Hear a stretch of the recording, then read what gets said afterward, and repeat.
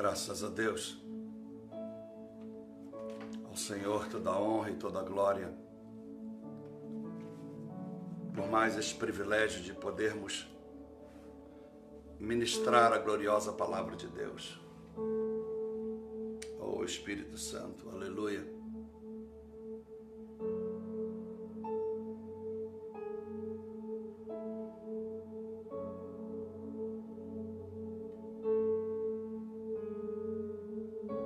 Aleluia.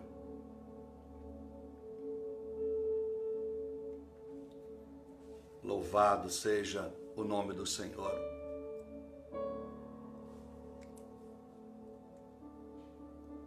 Bendito seja o nome do Deus Todo-Poderoso, nosso Senhor, que nos chama mais uma vez para ouvirmos a sua palavra, para comunharmos a sua presença, para desfrutarmos do melhor da sua genuína e doce palavra. Oh Espírito Santo, aleluias, aleluias, oh aleluias, oh Espírito Santo, oh aleluias.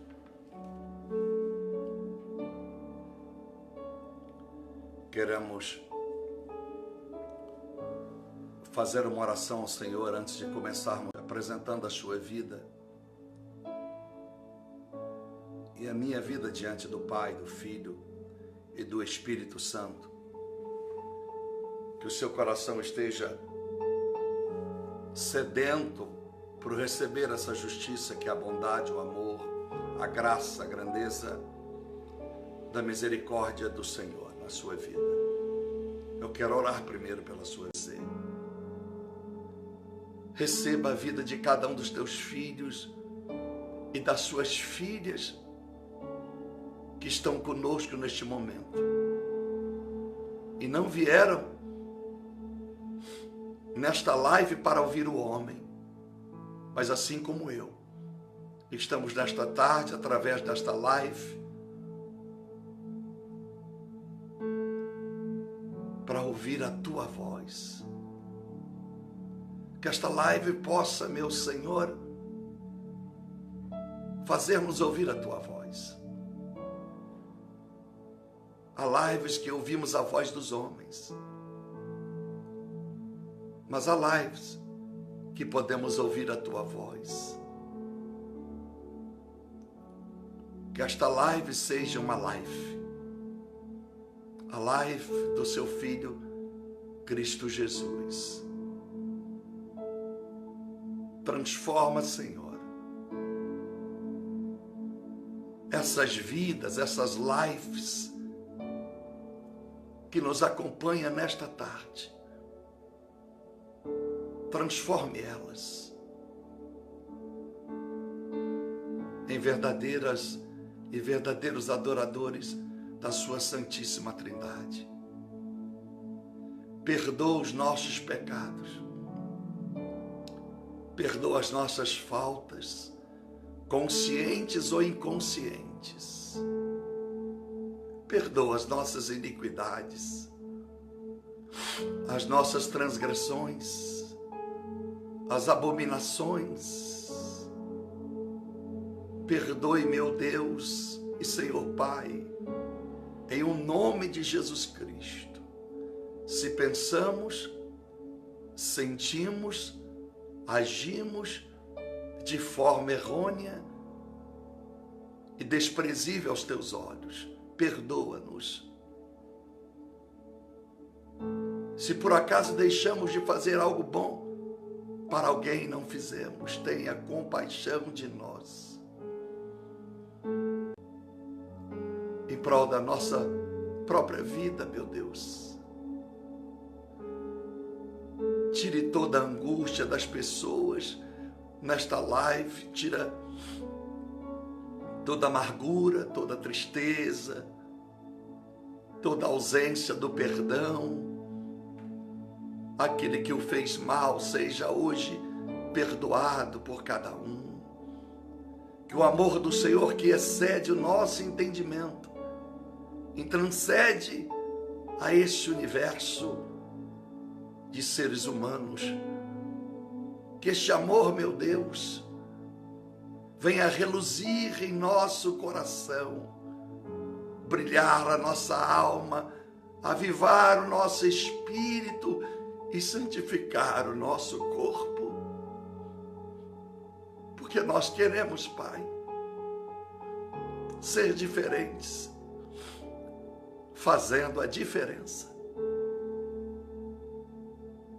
Em o nome de Jesus, visita os hospitais,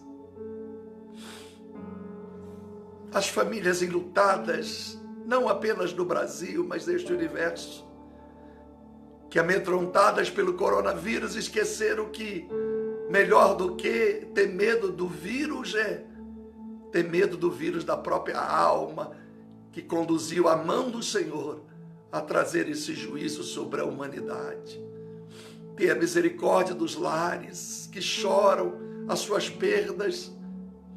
Mostrem para eles o teu altar. Porque ainda há tempo se recuperar. Meu Deus, e um dia na glória encontrarmos com aqueles que no último instante tiveram a oportunidade de dizer: Jesus, eu te amo. Obrigado, Jesus, por me trazer a vida eterna de luz e de graça. Visita todas as pessoas que estão entristecidas e que elas confiem na sua palavra, que elas confiem, meu Deus, na sua compaixão e misericórdia, que sempre se dispõe àqueles que se propõem a se render aos seus pés. Visita os lares. Visita, meu Deus, os leitos das UTIs espalhados por este mundo, aonde há alguém com esperança, deitado num leito, entubado, mesmo que para os médicos, os profissionais da saúde deste universo, não saibam o que se passa na cabeça de quem está deitado nesta UTI. Aplica, Senhor, aplica o sangue de Cristo derramado no Calvário na vida dos que estão do lado de fora das UTIs, dos hospitais, orando pelos seus entes queridos. Faça, meu Senhor e meu Deus, um grande avivamento no mundo, nos lares daqueles que o Senhor tem escolhido para te servir. Porque eu sei, meu Deus, que o Senhor é real, é fiel, é bondoso, muito mais vivo do que nós mesmos que aqui encontramos, de pé e vivos, humanamente falando, Senhor. Unja esse texto que lerei, esse esboço que vou discorrer durante essa mensagem. Abençoa, meu Deus, as igrejas, os expoentes da sua palavra, para que este domingo, em qualquer igreja, em qualquer lugar que se situa um altar, onde verdadeiramente o Senhor ministra com liberdade, o teu Espírito abençoe, meu Deus, que neste domingo vidas sejam salvas, vidas sejam preenchidas do vazio, da lacuna que encontra dentro delas. Muito obrigado, esta é a minha oração, hoje para todo sempre, meu Senhor. Amém. Aleluias. Graças a Deus. Graças a Deus. Nós começamos na última quarta-feira ministrar sobre o assunto por que Jesus não batizou ninguém nas águas. Está escrito no Evangelho de João, capítulo 4, verso 1 e 2. Jesus jamais batizou nas águas, apenas os seus discípulos é que faziam o batismo das águas. E linkamos a Mateus 3,11, quando João Batista disse que ele batizava nas águas, o batismo do arrependimento, mas viria um após ele, que era maior do que ele, que batizaria com o Espírito Santo e com fogo, ao qual ele, João Batista, não era digno de desatar as alpargas, as suas sandálias. E nós queremos hoje fazer um estudo ou uma ministração evangelística de uma forma muito profunda, mas mais fácil de entendimento, ministrar por que Jesus não batizou nas águas. Ninguém. Hoje de uma forma gloriosa, para que alcance o teu coração e você tenha a certeza de que Jesus não é religião, Jesus não é protestantismo, Jesus não é evangélico, Jesus não é católico. Aliás, eu sempre digo católico no latim quer dizer universal, Jesus é universal. Mas Jesus não está linkado a denominação alguma. A denominação permitida por Deus é para que o homem possa expor ali o seu chamado. Mas o seu chamado não pode ser maior do que aquele que o chamou. Então, a denominação, a igreja, não importa o seu nome do lado de fora, nunca foi instituída por Jesus. O que Jesus instituiu foi os chamados ministeriais. Jesus não colocou numa igreja um nome, nunca, nunca. Jesus disse: a minha casa será chamada casa de oração. A minha casa, e oração não é um lugar que eu me prostro, que eu levanto os braços, que eu me ajoelho e começo a pedir a Deus algo. Casa de oração quer dizer a casa em que a minha vida num todo é um gesto de oração. Eu oro com palavras, eu oro com os pensamentos, eu oro com sentimentos, eu oro com as minhas atitudes. Casa de oração. Casa de buscar a Deus. Hebreus 12:14, sem santidade ninguém verá a Deus.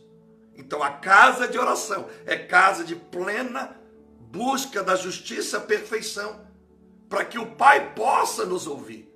Fora isso, as denominações, os nomes do lado de fora e os homens do lado de dentro se tornam maiores do que o Jesus que está do lado de fora e que deveria estar do lado de dentro. Então, Jesus instituiu, Efésios 4:11, por apóstolo Paulo, os ministérios pelo qual o homem seria chamado: apóstolo, profeta, evangelista, pastor e mestre. 5 ministérios, 5 trabalhos, 5 diversidades de unção e de chamado. O apóstolo, fundamentalista da igreja, pode falar pelos 4 e por ele mesmo, porque o Senhor o chamou com fundamentos bíblicos, fundamentos sistemáticos, minuciosos, o inventário pleno do reino dos céus, para constituir a obra do Senhor. Então o apóstolo, necessariamente, ele não tem uma igreja em que ele colocou um nome do lado de fora. O apóstolo, ele pode estar dentro de uma igreja, mas ele pode ser aquele que viaja o mundo ou a terra dele, e ali ele vai fazer crescer, vai trazer o fundamento da fé de Cristo, do reino de Deus, e um templo, um salão é aberto às suas portas e as pessoas se congregam. As pessoas se reúnem para ouvir o fundamento da palavra. Não apenas dos 4 evangelhos, mas da palavra de Gênesis a Apocalipse. Esse é o apóstolo. Necessariamente, ele pode não ser um homem cheio de dons e maravilhas, sinais e milagres. Necessariamente. Ele não é conhecido pelos seus sinais, porque Paulo foi um apóstolo, operou milagres, maravilhas. Atos 19, 12, a unção era tão grande que os seus lenços e aventais que vestia Paulo eram levados para curar enfermos, porque Paulo não podia ir na casa do enfermo, porque a sua agenda lotada, o seu chamado com um tempo já determinado por Deus. Então as pessoas pegavam os lenços de Paulo e levavam onde estavam os doentes eram curados e os mortos ressuscitados. Mas num determinado momento Paulo deixa em Mileto o amigo doente e deixa Timóteo também, com a responsabilidade de misturar um pouco de vinho na água e tomar e beber para que a sua enfermidade passasse. Não porque Paulo havia perdido a unção, mas para que nós soubéssemos que apóstolo não é sinônimo de soberania divina.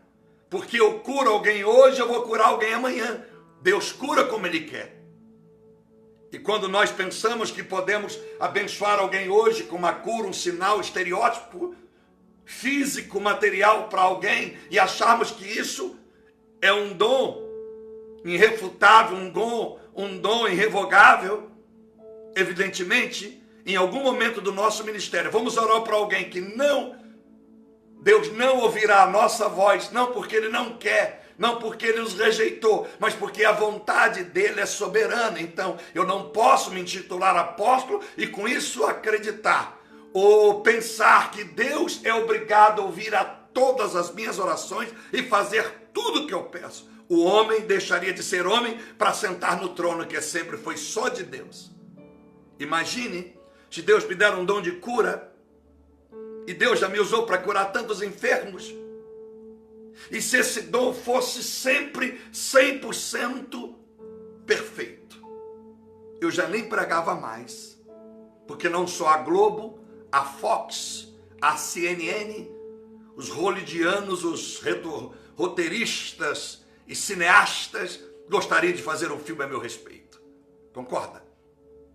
O mundo se prostraria diante do Pablo, porque ele levanta a mão, ele ora e as pessoas são curadas. Então a gente aprende na humildade, a gente aprende, às vezes, quando Deus nos humilha e dizer, não, eu não ouvirei, eu não farei tudo que você pede, mas ouvirei tudo que você fala comigo. Mas a decisão soberana é minha. Então esse é o apóstolo. Ele vai entendendo isso. O profeta é aquele que diz assim, diz o Senhor. É a boca de Deus. Ele traz o recado de Deus. Necessariamente ele não traz uma doutrina, ele não traz um ensinamento bíblico, ele não traz minuciosamente a ministração de uma palavra que pode servir para um bebê e para um adulto no seu crescimento, mas ele traz uma palavra de cura, uma profecia de algo que vai acontecer, revelando o que aconteceu na sua vida no passado, quem é você no presente. O profeta, ele é um resultado definitivo de Deus. A voz de um profeta, ela é poderosíssima, principalmente no ato da justiça e do juízo de Deus. Quando Deus quer cumprir um ato de juízo no mundo, quando Deus quer cumprir um ato de justiça, quando Deus quer fazer prevalecer a sua soberania no coração do homem que tem esquecido dele, então Deus usa agora o profeta. O profeta, assim diz o Senhor. O profeta, nem sempre ele é dócil, nem sempre ele é amável. O profeta, ele não tem muitos amigos e às vezes nem família. Se você olhar a história da Bíblia Sagrada, um dos grandes e primeiros profetas da Bíblia Sagrada, Moisés, a sua família tinha problemas com ele. Os próprios irmãos que andavam ao seu lado, Abraão e Miriam. Arão e Miriam. Deus teve que colocar lepra e Miriam para entender o chamado de Moisés. e levar prematuramente Arão, porque não entendeu que não deveria intrometer no que Deus falava com seu irmão Moisés, aquele que o Senhor o chama de amigo, o profeta que Deus fala face a face. Casa-se uma vez com Zípora, não dá certo. Casa a segunda vez com Etíope, uma pessoa de cor negra, e que naquela época os judeus já eram racistas. E onde Miriam vai e Arão refutar a decisão do irmão e dizer, você não podia casar de novo. Deus coloca a lepra em Miriam e já não se fala mais na Etíope. E se entende, os estudiosos, os teólogos, os garimpeiros da Bíblia Sagrada, que Moisés abandonou a segunda esposa para não causar polêmica no seu chamado e nos hebreus. Se você olhar a vida de Elias, não se fala de família. Quando teve fome, foi a viúva de Serepta que o alimentou. Eliseu largou os pais, largou os seus animais, a sua herança, todos os seus bois, ele cozeu a carne e deu de comer às pessoas, porque ele não podia perder tempo de vender e levar o dinheiro no alforje. Não era mais importante para Eliseu o que ele ia levar, era quem o levaria aonde ele precisava chegar, o Deus Todo-Poderoso. Poderia discorrer uma história grandiosa dos profetas, que tiveram inclusive problema na sua casa, como Samuel, que os seus filhos não correspondiam à unção do pai, porque de tão ocupado estava Samuel, num período em que já havia mais de 40 anos que Deus não falava com os homens. 1 Samuel capítulo 1, quando Eli era o sacerdote. Profetas têm problema. João Batista teve problema. Perdeu a cabeça. Não teve família. Não se fala mais de Isabel e Zacarias, os seus pais, depois do seu crescimento, porque ele vai para o deserto. E a Bíblia diz que ali ele cresce. E se fortalece. Lucas 1:80. João Batista vivia comendo mel, tomando mel, comendo gafanhoto. A única peça de roupa que tinha era uma pele de animal. Rejeitado. Porque a maneira dele pregar não era ortodoxa, era um cara muito bruto. Chamava o povo de raça de víboras, perversos, incrédulos, só batia. Mas foi um profeta.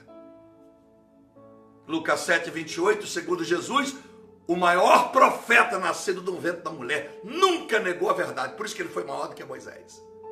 Por isso que ele foi maior que todos, porque ele nunca deixou de pregar a verdade, ainda que isto lhe custasse a cabeça. Nunca se zangou com Deus por causa do povo, ao inverso de Moisés, que zangou com Deus por causa do povo. Não. Aliás, João Batista zangou com o povo por causa de Deus. E Moisés vai zangar com Deus por causa do povo.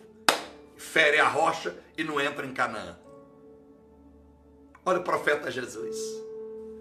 Lucas 24. Olha o profeta Jesus. Os discípulos do caminho de Emaús chama ele de profeta. Aquele que fez grandes obras diante de Deus e dos homens. Que achou graça diante de Deus e dos homens. Mas foi crucificado. Esse é o profeta. Eu já vou entrar na mensagem. Não vou tomar o seu tempo, não vou roubar o seu tempo, mas eu estou dando uma prévia para você entender o sistema religioso que vivemos hoje, enganoso e na contramão da verdade, com as suas raríssimas exceções. Não se sabe quem é profeta, não se sabe quem é apóstolo, aí você vê essas banalidades na internet ou na televisão. O cara dizendo, eu sou apóstolo, e você? Eu sou profeta, e você? Eu sou bispo, e você? Eu sou a bispa. Sou pastor, eu sou mestre. Sou evangelista. Cada um se intitula aquilo que ele entende que ele é. Uma coisa é eu e você pensarmos o que somos. Ou alguém nos perguntar quem você é, e você responde pelo seu Serasa, pelo seu CPF, pela sua identidade, pelos bens que você tem, pela posição que você ocupa, pelas patentes que você carrega. Mas uma coisa é como Deus nos olha. Aleluia. A avaliação nossa não é aquela que nós damos a nós mesmos, mas aquela que Deus sabe quem somos. Porque há 3 pessoas dentro de nós: aquela que achamos que somos, aquela que as pessoas pensam que nós somos e aquela que Deus sabe que nós sempre fomos. Essa é a verdade. O terceiro ministério, evangelista. Eu mostro no dedo porque no dedo dá para entender melhor. A gente fala apóstolo, esse dedo, porque é o único que toca todos os outros de frente. É esse dedo, só esse dedo. Esse aqui não consegue, esse não consegue, esse não, nem esse. Não toca, não dá. Mas esse toca. Esse é o apóstolo. Esse é o profeta. Esse é o evangelista, o maior dos dedos das mãos. Porque ele foi chamado para alcançar almas. Ele tem uma mensagem, às vezes não é chamado de light, é uma mensagem mais branda. Uma mensagem que atrai gregos e troianos, pequenos e grandes. Não importa a raça, a cor, a tribo. Então o evangelista, ele faz uma cruzada, ele vai na televisão, faz um programa, então ele atrai uma multidão. Então essa multidão que o evangelista traz, e agora o pastor vai cuidar. O dedo do pastor é aquele que vai à aliança, que a gente sempre diz, mostra isso, aliança, né? Quando alguém casa, faz o noivado, seja na direita o noivado, na esquerda o de comprometido, casado já. Então, o pastor aliança. Agora, ele não pode se separar mais daquela ovelha. O apóstolo já fez o seu papel. Naquela região, naquela cidade, a palavra já foi implantada. Não importa que ele não conheça nenhum apóstolo, mas se o evangelho chegou lá é porque alguém passou por lá. No mínimo, o maior apóstolo de todos os apóstolos, Jesus Cristo, passou por lá. Através do teu Espírito Santo, implantou como na tribos indígenas, que homens às vezes nem botaram o pé, mas já estão lá. Eu tive a oportunidade de ir em algumas tribos indígenas, e a última, a de Cumarumã, 10 quilômetros de barquinho de lata, do Oiapoque. Antigamente nós falava Xingu e Chuí. Chuí continua, lá na ponta do Rio Grande do Sul. Mas Xingu não, hoje é Oiapoque e Chuí. E o Oiapoque é a ponta. Um rio divide a Guiana Francesa e o Brasil. E ali naquela divisa pegamos um barquinho, eu e o André, 10 horas no Rio Amazonas, nos becozinhos cheios de crocodilo, e o cara com a 12 para matar qualquer jacaré que pudesse tentar pular no barco, etc e tal. Né? Tem aí fotos no meu site. E um jacaré que é grande, mas é pequeno diante de tantos que eu e André vimos. Um negócio meio assustador, mas enfim, fizemos a obra. Naquela tribo, de 10 horas de barquinho de lata, ninguém chega, a não ser se for de avião, um avião pequeno. Mas eu não vi pista lá para descer um avião pequeno, mas quem sabe hoje já tem. A FUNAI, quem sabe, tem. Então, encontramos lá na noite, lotado, um salão que fizeram os índios e cobriram com capim. E ali estava lotado a noite que preguei. Lotado, estava lotado. E pensava comigo, quem trouxe o evangelho a esses índios? Quem chegou aqui para que essa tribo aqui agora, quase em peso, servindo a Jesus? Então esse é o evangelista. O pastor tem que cuidar dessas ovelhas agora. E esse último, o mestre. O que entra onde os outros não entram. A gente mostra sempre esse dedinho, o mestre. Então o mestre é o minucioso estudante da palavra. O apóstolo pode ser profeta, evangelista, pastor e mestre. O mestre nunca será apóstolo. Pode nunca ser um profeta, nunca um pastor e nunca um evangelista. Um profeta pode ser apóstolo, pode ser pastor, evangelista e mestre. Mas, em alguma hora da vida dele, ele vai discernir. Mesmo que eu tenha muitas habilidades profissionais, como você, você vai discernir uma delas, como dizendo, embora eu faça, vou dar um exemplo aqui. Você fosse o Masterchef, numa cozinha profissional, e alguém lhe perguntasse, qual é o seu melhor prato? Bom, eu faço vários pratos. Está aqui o menu, está aqui o menu. Todos esses pratos eu tenho habilidade, mas tem um em especial. Entendeu? Então no mundo ministerial é assim. Eu posso até ter os 5 ministérios, mas um deles eu sou mais usado e é usado por Deus e pelo Espírito Santo do Senhor. Louvado seja Deus. Foi bom essa explicação para você entender. Então, meus amados irmãos, Jesus é muito maior do que nome de denominação. Jesus é maior do que a religião. Jesus é a própria igreja. É a consumação do texto bíblico do início ao fim. Então, por que Jesus não batizou nas águas? E João Batista batizava nas águas? Por quê? Porque João Batista veio para batizar os homens na água quando eles confessassem o seu pecado. E ao confessar o seu pecado, ele pudesse deixar o teu passado para trás. Então o batismo nas águas é para deixar o teu passado para trás. Para te dizer por que uma criança não pode ser batizada, até que ela tenha consciência da sua escolha. Por isso que o batismo nas águas, feito quando criança, ele não tem validade.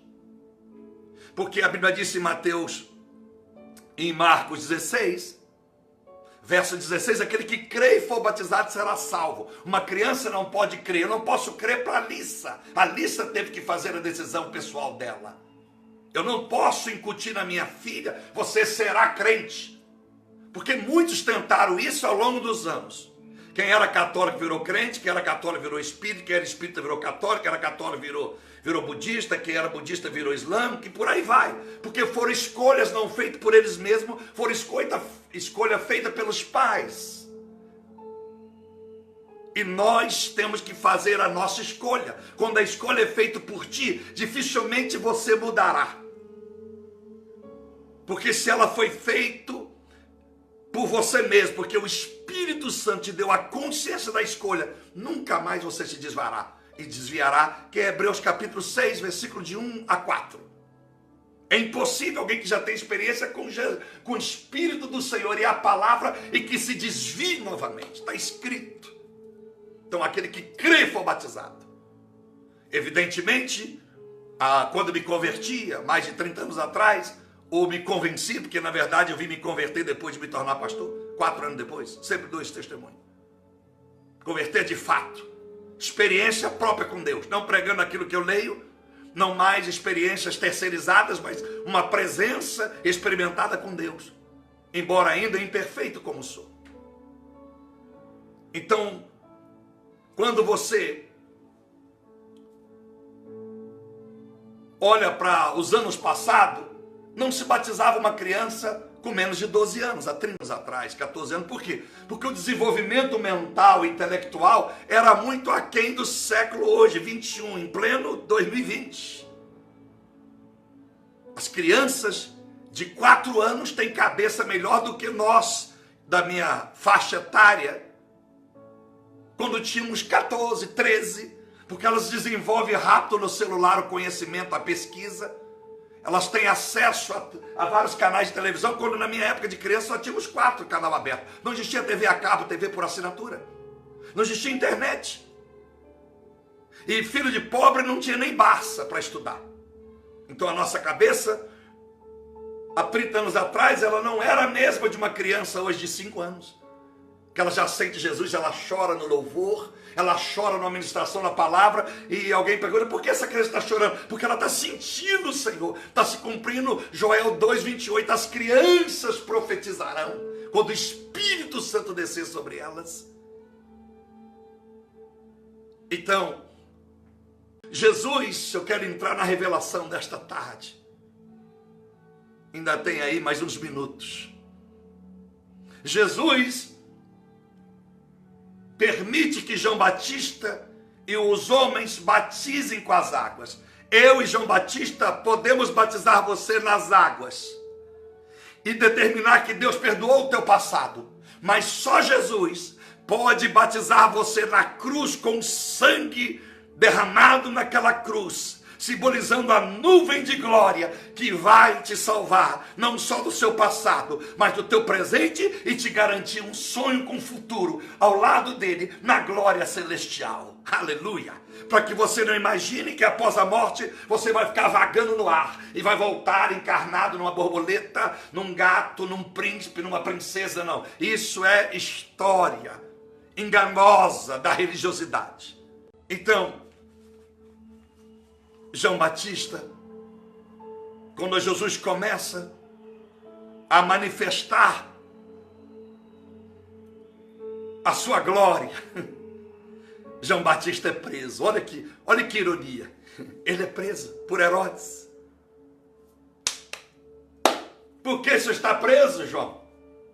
Por que, João Batista, agora que você acabou de batizar Jesus, que o seu ministério agora junto com ele disse, é necessário, João 3,30, que eu diminua e ele cresça. Aleluia! Verso 29, a noiva pertence ao noivo, e agora o amigo do noivo apresenta a noiva aqui, está nas suas mãos, Jesus. Eu aparei as arestas, as veredas. Eu endireitei as veredas. Agora é a sua vez, porque tu és aquele que me enviou, tu és a luz. Olha que coisa linda. Então Jesus, ele vem com um chamado diferente. E aí eu quero ler para os irmãos, diz assim o texto. Irmãos, não quero que ignoreis que nossos pais estiveram todos debaixo da nuvem, e todos passaram pelo amor. 1 Coríntios 10:1. Pelo mar. Todos passaram pelo mar. Verso 2. Todos foram batizados em Moisés, na nuvem e no mar. Todos eles comeram da mesma comida espiritual. Da mesma. Todos comeram da mesma. E beberam da mesma bebida espiritual, pois bebiam da pedra espiritual que os seguia. E a pedra era Cristo. Não era Jesus. Mas Jesus é o Cristo. Vamos chegar lá. Mas Deus não se agradou da maior parte deles. Razão porque seus corpos foram espalhados pelo deserto. E aí eu prego a revelação para dar a você muita vontade. Jesus, a Bíblia diz em Tiago, capítulo 5, versos 19 e 20, que se eu convencer um pecador do seu pecado e o convertê-lo a Cristo, não a religião, a Cristo Jesus, ao Cordeiro Santo de Deus, eu estarei apagando milhares de pecados. Eu estarei lançando milhares, multidão de pecados no lago do esquecimento e trazendo essa pessoa à vida eterna, à salvação, na explanação plena do texto.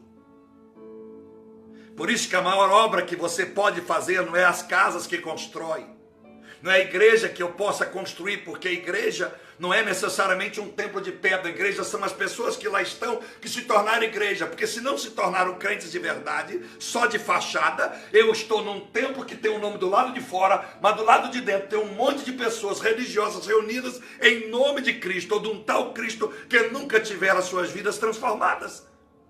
Então eu não posso dizer que eu estou na igreja. Eu tenho que dizer, eu como igreja vou encontrar com a igreja, que é com os irmãos, ou com as igrejas no plural.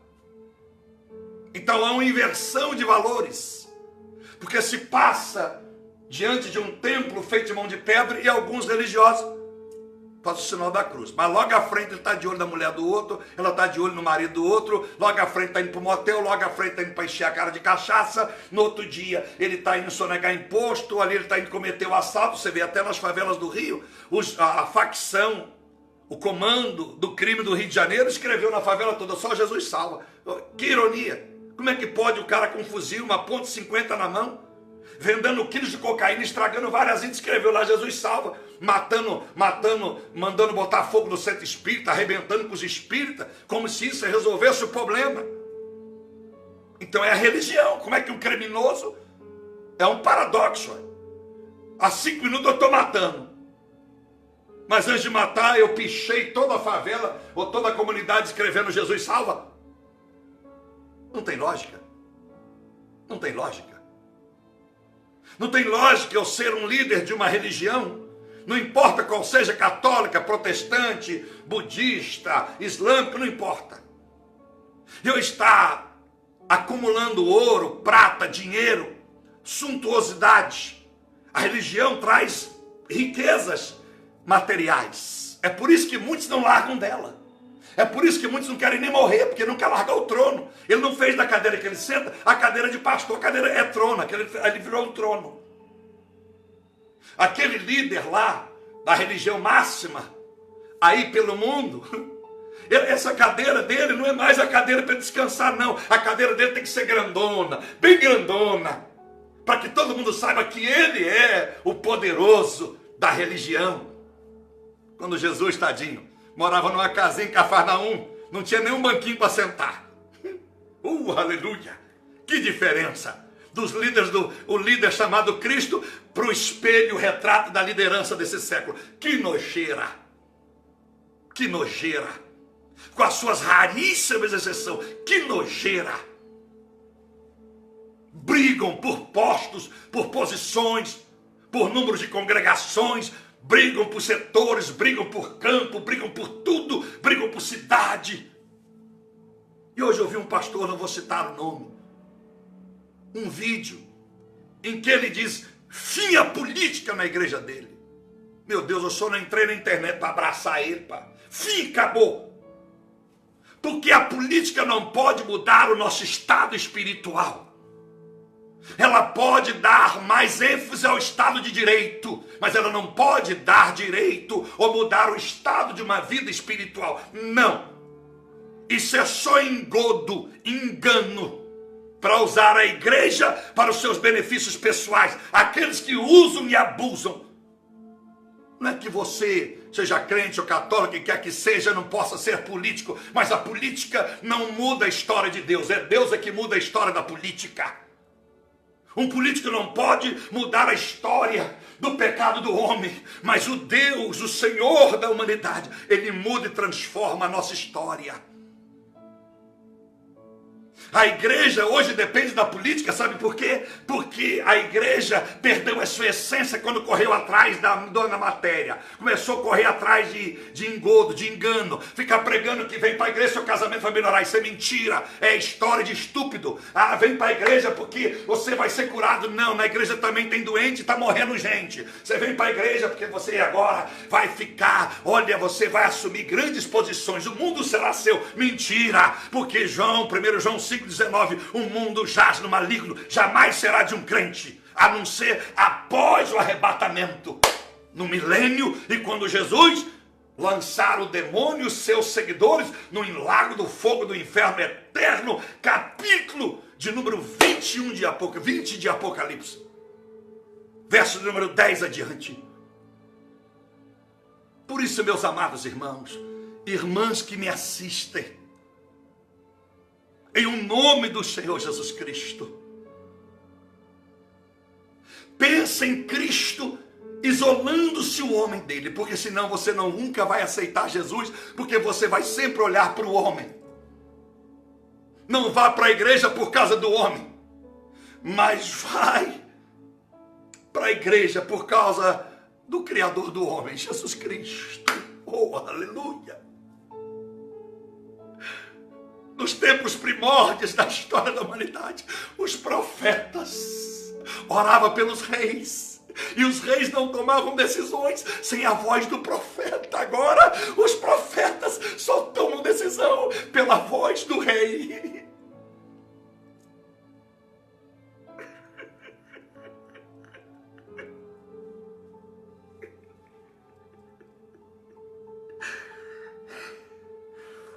Oh, Espírito Santo.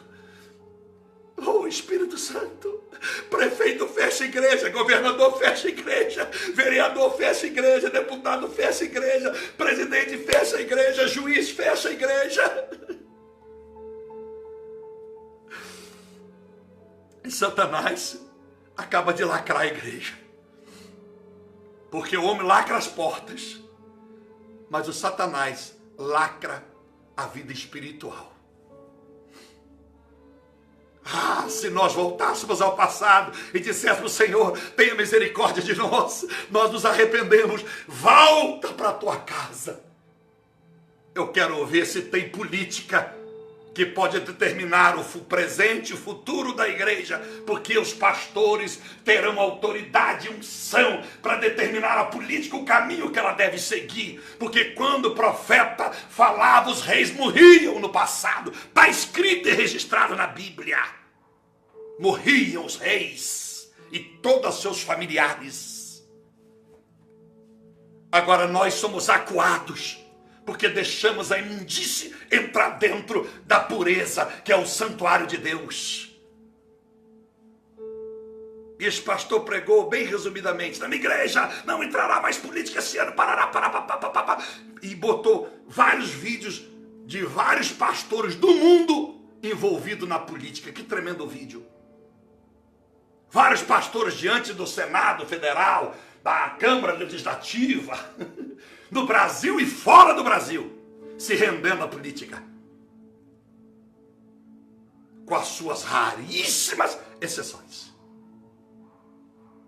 Então, meus amados irmãos, quando nós lemos esse texto aqui, olha, a Bíblia diz que Paulo está dizendo à igreja de Coríntios: não ignoreis, porque ele está fazendo um esforço para o povo se converter. Ele está dando exaustivamente uma palavra, um estudo, dizendo: por favor, atente para o que Deus está falando à igreja. Então não ignoreis que nossos pais estiveram todos debaixo da nuvem e todos passaram pelo mar. Todos tiveram experiências de sobrenatural com Deus, mas não se converteram. Meu amado, não tem estupidez maior do que um pastor achar que vai ministrar prosperidade, que o povo vai ficar rico, como certas igrejas, e que isso é conversão. Não, eles estão dando testemunho enquanto tudo está indo bem, até porque a igreja não chama quem ainda está pobre. Hello, abra a sua mente. Hello, abra a sua mente. Os líderes não chamam quem ainda está lá atrás, quem ainda está morando no barraco. E tem gente que nasceu no barraco e vai morrer no barraco, porque o coração dele não está preso a Alphaville, a Las Vegas. O coração dele está preso no Senhor, na riqueza eterna dos céus. Mas ele não serve para muitas igrejas, porque são pobres e miseráveis. Esses infelizes e desgraçados, intitulados bispos, pastores, padres, seja o que seja, bando de salafrário, que merecia ser fuzilados, mereciam ter um Davi com uma espada arrancando cabeça de tudo quanto é cara desse sem vergonha. Essas mulheres sem vergonhas que assumiram púlpitos das igrejas estão levando o evangelho, essa desgraça, levando Jesus ao mais imundo poço deste mundo. Aí no louvor, prepara um grande louvor, é lindo, e canta A, e canta B, e canta C, e chora, e bate palma, e grita. Música não muda ninguém, o que muda é a palavra. Senão Jesus não teria vindo como pregador, teria vindo como cantor, sem desfazer de nenhum cantor, porque o louvor é maravilha, mas é a palavra que liberta. João 8:32. Se conheceres a verdade, ela vos libertará. E verso 36, se verdadeiramente o Filho do Homem, Jesus Cristo, vos libertar, sereis libertos. Aleluia. Ele não veio para mostrar o tom da sua voz, mas para mostrar o teor da tua unção, a verdade da sua vinda. O Espírito do Senhor, Cristo maravilhoso, está na hora, meus irmãos, de nós entendermos o texto. Então está dizendo: todos foram batizados por Moisés, na nuvem, no mar. Experiências sobrenaturais não te levam à conversão. Sabe o que te leva a ser servo de Cristo? Experiências interiores. Experiências que os seus olhos podem ver. experiência que os seus ouvidos podem ouvir, testemunho de alguém, não vai mudar a tua vida. Se você não tiver experiência intrínseca dentro de você, você não muda. Você não muda. Pode estar na igreja 10 anos, 20 anos, 30 anos, 40 anos, ser pastor, bispo, apóstolo, o que quer que seja, o demônio, os cambal, você não muda. Porque o Espírito Santo não faz morada no exterior, na roupa, no relógio, na casa, no templo de pedra. 1 Coríntios 13, 16, 17 é dentro de nós. Dentro de nós. Então, meu amado irmão, eu não posso simbolizar a Cristo porque o templo de pedra é lindo. Olha o templo lindo aqui. Olha, eu não vou falar o nome. Olha o templo aqui, olha o templo ali. Olha lá em Roma, olha aqui na Celso Garcia. Olha ali, olha acolá. Olha ali, olha, vamos lá. Não. Ele disse, aqui dentro ninguém pode enxergar, a não ser Jesus. Não, pastor, tem agora um exame, eles botam um telescópio lá dentro, endoscopia, e ele consegue ver todo, não consegue ver os teus órgãos, mas a tua alma ainda não tem nenhum exame clínico da ciência, não tem ninguém da NASA que inventou algo que possa ver o teu interior, a não ser Deus, a não ser Ele. Só Ele. E é Ele que quer nesta tarde trazer a você esta oportunidade que estou terminando. E diz a Bíblia, meus amados irmãos, todos eles comeram da mesma comida espiritual. Como assim? Todos eles comeram, sim, todos comeram, da mesma forma. Mas como é que pode todos, a maioria deles, os corpos ficaram estendidos no deserto, porque murmuraram e blasfemaram? Mas como? Tem vários me ouvindo agora, a mesma palavra, estão comendo da mesma comida espiritual que Deus está servindo. E será que a maioria essa tarde vai ficar com seus corpos espalhados no inferno? O deserto desta vida, vivendo medo, refugiado dentro de casa. Siga assim, seja prudente, não contamine o teu próximo, não venha zombar do seu próximo que tem uma fé pequena. Não faça zombaria de quem anda com a máscara. A fé dele é pequena. Ele está ouvindo o conselho da ciência, da saúde, amém.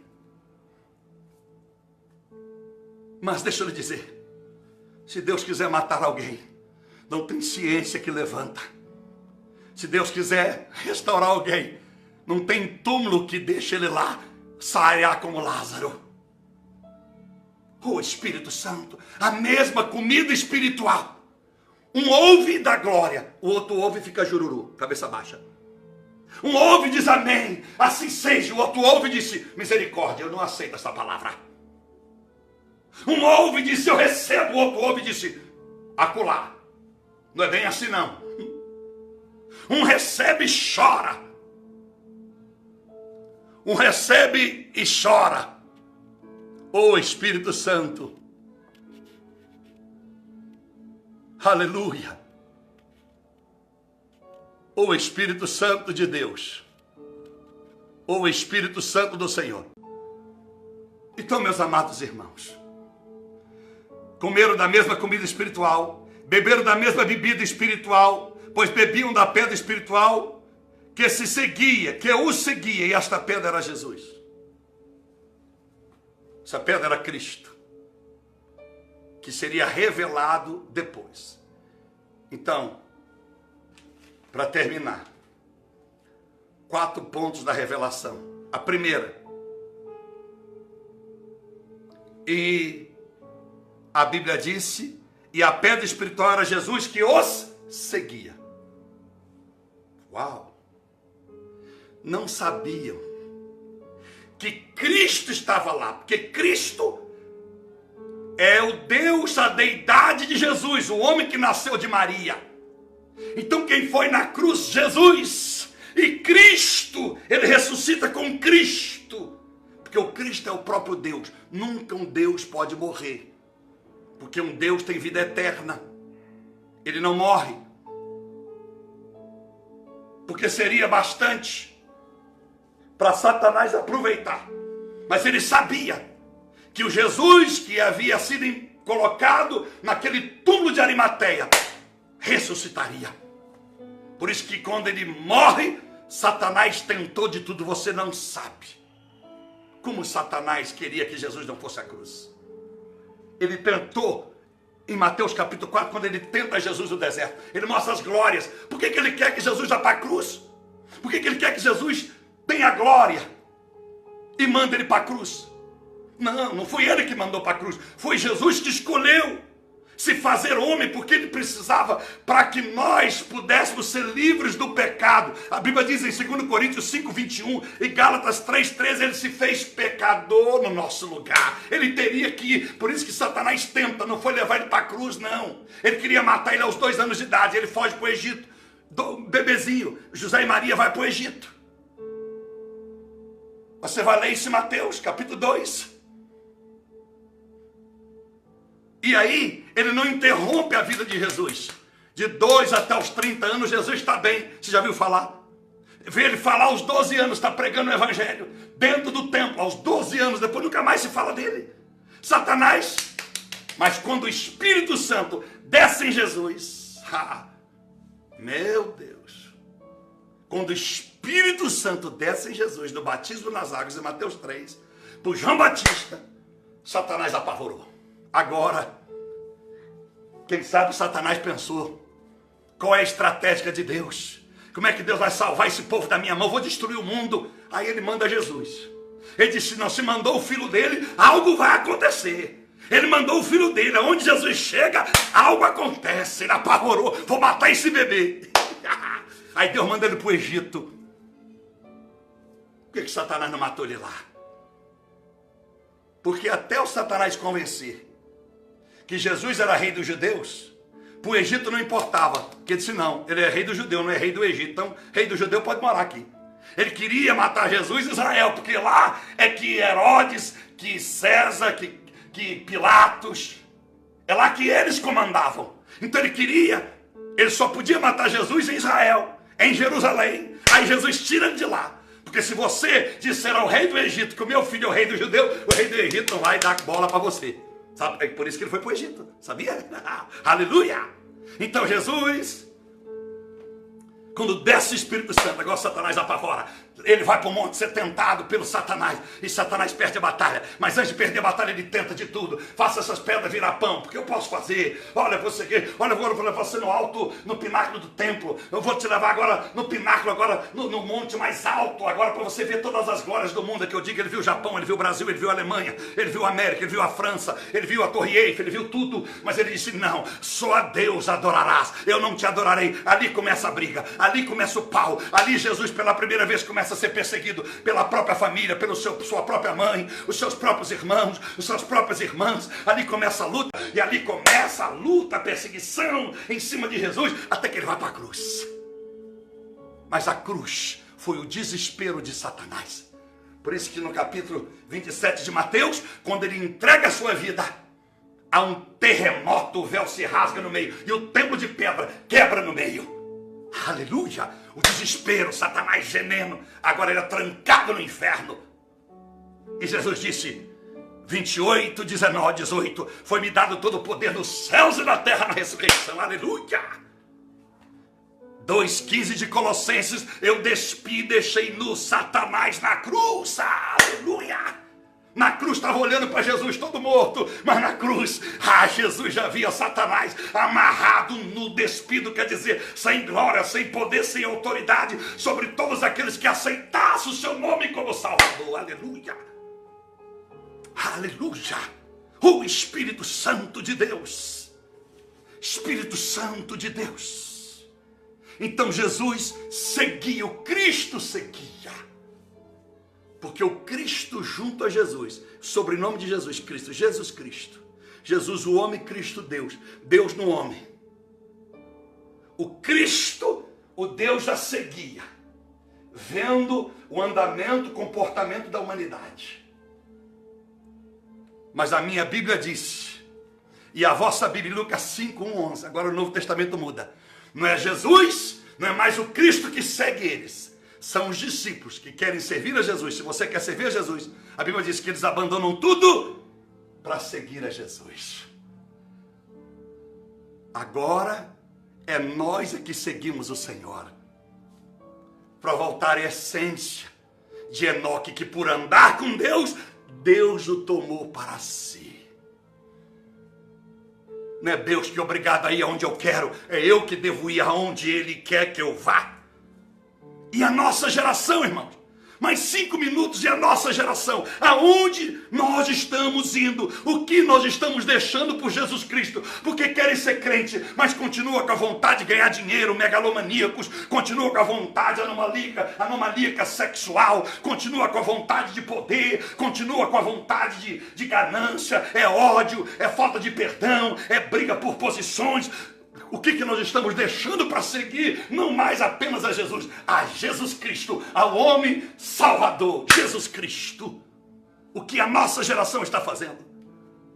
Êxodo, capítulo 34, capítulo 40, verso 34 e 35 diz assim: e então a nuvem cobriu a tenda da congregação, e a glória do Senhor encheu o tabernáculo.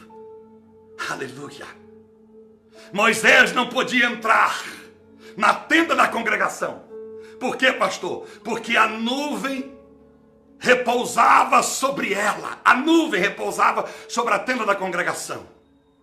E a glória do Senhor, quem que é o Senhor? A glória do Senhor, o Pai, o Senhor, o Deus Pai, a glória do Deus Pai, que era a nuvem em Jesus, que seria revelada, a nuvem seria revelada pela glória manifesta na cruz do Calvário. Por isso que na morte há um terremoto, repito, o templo de pedra racha no meio, e a Bíblia disse que houve então muitas vidas que ressuscitaram no momento em que Jesus, o Filho do Homem, morre. Ressuscitam mais de 500. Que coisa linda! Você vai ressuscitar hoje para os seus sonhos. Você vai ressuscitar, a vida continua na sua vida. Para de chorar. Eu sei que às vezes é difícil prosseguir diante de perdas, prosseguir diante de desilusões, frustrações, até dentro de própria casa. Eu sei que não é fácil. Pessoas que perderam parentes queridos, entes queridos, não só pelo coronavírus, mas diante de tantas circunstâncias que dói dentro de você. Mas Deus vai te libertar, tu vai ressuscitar. Satanás não terá poder sobre a sua vida. Se você disser, eu recebo esta palavra, Satanás não terá êxito mais. Vai entrar na tua casa, e quando você abrir a tua boca e bradar o nome de Cristo, Satanás vai sair pela fresta. Se não tiver fresta, ele se vire, mas a sua casa é do Senhor. E a sua casa quer dizer a tua vida, o teu interior. Nunca mais manipulado pelas suas emoções, mas agora dirigido pela unção de Jesus Cristo. E a Bíblia disse, e a glória do Senhor enchia o tabernáculo. Sabe o que é isso, meu irmão? Jesus manifestou na cruz a glória do Pai. Então o seu sangue derramado agora glorifica e consome. É consumido. Agora chega ao fim a obra. Por isso que ele disse, está tudo consumado. Aí ele expira. A última palavra dele. A morte era o início da história da nossa vida. Por isso que o diabo quer nos enganar com a religião. É por isso que ainda nasce Satanás, quer que você brigue com o pastor, briga com o padre, briga com... Segue a Jesus, pelo amor de Deus. Tem um líder que te prega a palavra como ela é, que tenha tempo de lhe ensinar, que tenha tempo minuciosamente, mas valorize o líder que Deus te deu, valorize em qualquer lugar que você for dirigido, valorize o pastor, o profeta, o apóstolo, o mestre, o evangelista que Deus possa ter te dado, valorize, porque essa comida espiritual é valiosa. Josué e Caleb não ficaram com seus corpos espalhados pelo deserto. E eu profetizo sobre a sua vida, no capítulo 5 de Josué, verso 7, e ele teve que circuncidar os que nasceram no deserto, porque os seus pais morreram. Eu profetizo sobre a tua vida, em um nome de Jesus, que Deus pode, o seu pai, a sua mãe, o teu avô, a tua avó, você nem saber depois que morreu para onde foi. Pode o teu passado você não saber, nem saber a podridão que fizeram. Mas uma coisa eu sei, nesta tarde Jesus está lhe dizendo, eu quero circuncidar o teu coração, eu quero transformar teu coração e dizer para ti que que teu corpo não estará estirado no deserto deste mundo. Eu te livrarei da morte prematura, eu te livrarei de todo o mal, eu te livrarei dos acidentes prematuros, eu te livrarei de qualquer miséria, de qualquer estado de espírito físico e emocional que o Satanás queira lhe trazer. Eu sou o Senhor que te liberto, diz a palavra. Aleluia. Então Jesus não podia descer as águas. Não.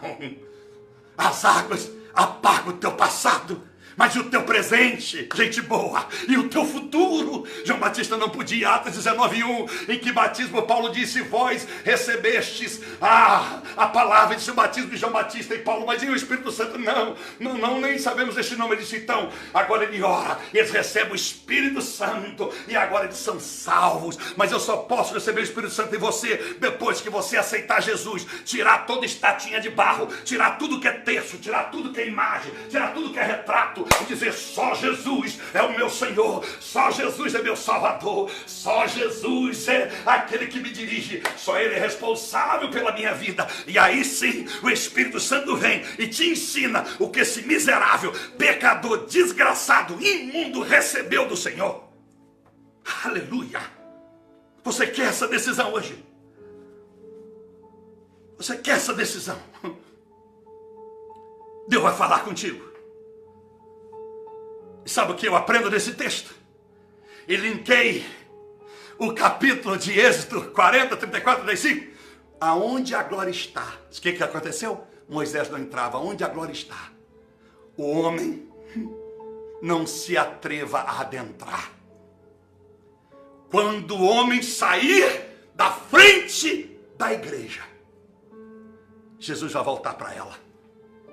E aí, as orações que os pastores estão fazendo para parar o coronavírus, não precisa levar 1 mês, nem 2 meses, e nem o lockdown na nossa cidade, não. E Deus está envergonhando nós, eu, todos nós, envergonhando, principalmente nós pastores, para dizer: seus lixos, que se misturaram com o mundo, seus lixos. Porque vocês estão orando e eu não estou tirando, eu estou acuando vocês. Para ver se vocês botam a cara no pó e parem de palhaçada e vá pregar minha palavra. Mesmo que eu não faça parte desse lixo, mas eu vou me colocar como culpado. Vou fazer como Daniel, não tem problema não. Mas a igreja está envergonhada, embora os big chefão, os delegados de igreja, não, eu não estou me sentindo assim, não tá, porque você já perdeu a sensibilidade, rapaz. Quando via a praga, o profeta orava e a praga ia embora. Agora os profetas oram e a praga aumenta. Está aumentando o número de mortos. Cadê a nossa oração? Aonde Jesus está na nossa vida? Só um estúpido que não queira crer. Porque ele está amarrado no sistema. Não importa a denominação que ele serve. Infelizes. Não vejo a hora de abrir as portas para arrancar dinheiro, para fazer as suas festas, as suas celebrações, em que todo mundo celebra, mas poucos gemem dentro da casa que deveria ser a casa do Senhor. Segundo Crônicas 7:2, fica melhor. Quando a glória encheu o templo de Salomão, não é esse templo aí não, aquele templo lá, de Salomão. Sabe o que a Bíblia diz? Que a casa do Senhor foi cheia da glória. Meu Deus, e os sacerdotes não podiam entrar dentro da casa. Sabe por que a igreja está cheia de maltrapilho, cheia de vagabundo? No geral, a religião no geral está cheia de bandido. Porque a glória não está lá. O sangue de Jesus não está lá. Porque aonde a glória está, o sacerdote não pode entrar. O que quer dizer isso? Eu estou dentro da igreja, do templo, eu estou pregando, mas não é eu, é Deus em mim. Ele é a essência do altar, do púlpito. Ele é a essência da denominação. Ele é a essência. Aleluia. Aleluia. O Espírito Santo do Senhor. Aleluia. A glória sai em Ezequiel 18, verso do capítulo 10, 18. E a glória volta no capítulo 40, versículo 1. Tudo na geração de Ezequiel. O que o senhor quer dizer com isso? A glória saiu, 10, 18. Mas ela volta no 41. Não saia dessa geração. não morra sem que você experimente essa glória dentro do templo, que é a sua vida. Não morra sem essa experiência com Jesus. Não rejeite mais. Não rejeite mais. Porque a glória que saiu vai voltar, diz o Senhor para mim. Um grande avivamento vai varrer a terra. Bodes vão morrer, caixões vão sair. E com muito respeito a você que está chorando uma perda. Eu sei porque eu estou dizendo isso. Não se entristeça, Deus cuidou desta vida. Essa vida está nos braços do Senhor, aguardando que você tome a mesma decisão.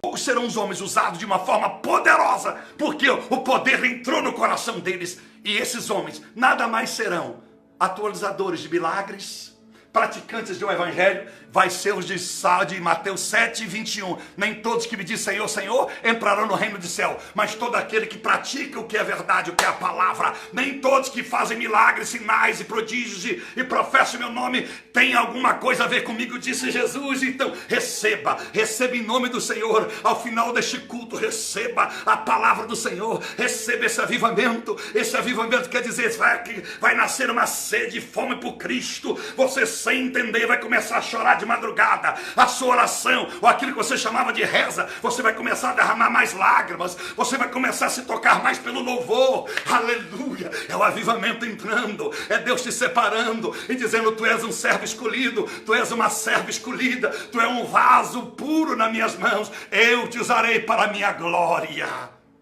Aleluia. Aleluia. E a glória encheu o templo. O templo somos nós. Por isso que os homens não podiam entrar dentro do templo, nem Moisés. O que eu faço, pastor? Devolva seu templo agora para Jesus. Devolva sua vida para Jesus, devolva. Devolva agora. Coloque na mão de Jesus agora, devolva. A nuvem é Jesus, que ainda não havia sido revelada. Mas a glória dele estava lá, seguindo o povo. E a glória agora é manifesta no tabernáculo que somos nós. Atos 15, 16. E eu, Senhor vosso Deus, voltarei, como diz o profeta, escreve Lucas. Eu voltarei. Paulo, o que Deus fará? Eu voltarei e restaurarei o meu tabernáculo, o tabernáculo de Davi, que está caído. Aleluia! O Espírito Santo, ele vai revelar a sua glória. Aleluia! Aleluia! Aleluia!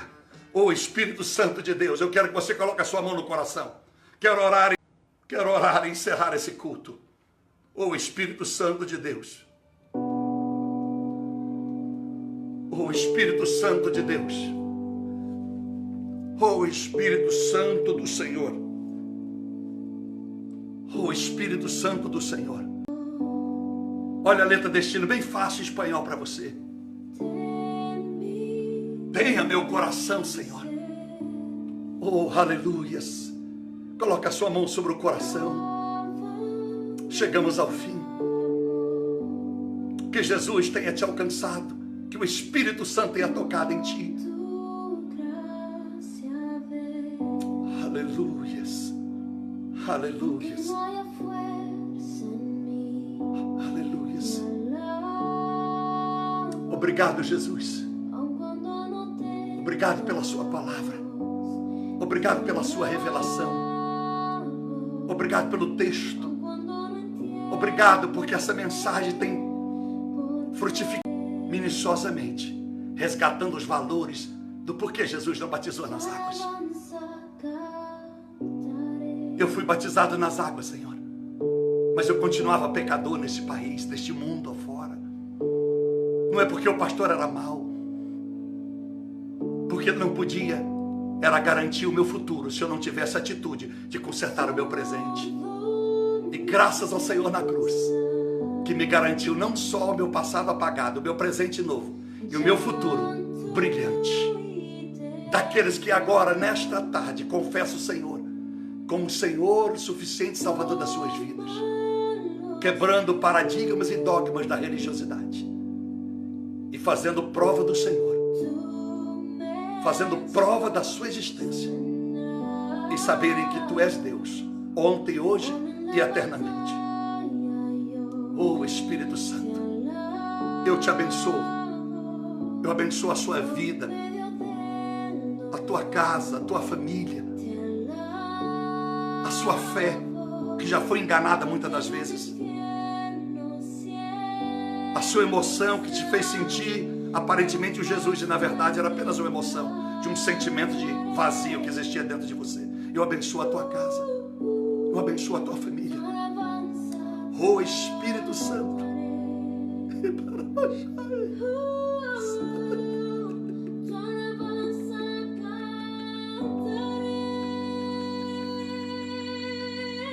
aleluia. Façamos como Moisés. Quando a glória de Deus está, nós não podemos entrar. Deixa Deus fazer o que Ele quer na tua vida. Não interfira. Se a glória está, deixa Ele estar na frente de tudo. Deixa Ele enxugar tuas lágrimas. Deixa Ele tirar essa angústia. Deixa Ele tirar esse medo. Deixa Ele tirar os sentimentos do passado de fracasso. Aleluia. Oh, aleluia. Aleluia. Oh Espírito Santo, quando sairmos do trono, Jesus volta para Ele. Quando Ele volta, quando nós sairmos. Você quer sair hoje do trono? O que é trono, pastor? É quando você quer ser dono da sua própria vida. É você dizer: Jesus, a partir de hoje eu estou teu. Assim não será eu mais que serei guiado. Não é o Senhor que vai me seguir. Como em Êxodo, a pedra que era Cristo seguia, porque era pedra, porque não havia se revelado. Nuvem, porque a nuvem é uma nuvem. Você olha, daqui a pouco a nuvem traz chuva, ela se revela na chuva. A nuvem se revelou na chuva de graça. A nuvem Jesus se revelou na cruz. A chuva de graça. A chuva de graça. Aleluia. E Deus manda te pedir encarecidamente. Dizer para hoje no seu coração, dizer: Jesus, me perdoa se eu fui guiado pela religião dos meus antepassados, da minha pátria, em respeito aos meus pais, mas a partir de hoje a minha religião chama-se Jesus Cristo. E nunca mais acenderei vela, segurarei uma imagenzinha. A partir de hoje, o Senhor será somente o Senhor. O Senhor e Salvador da minha vida.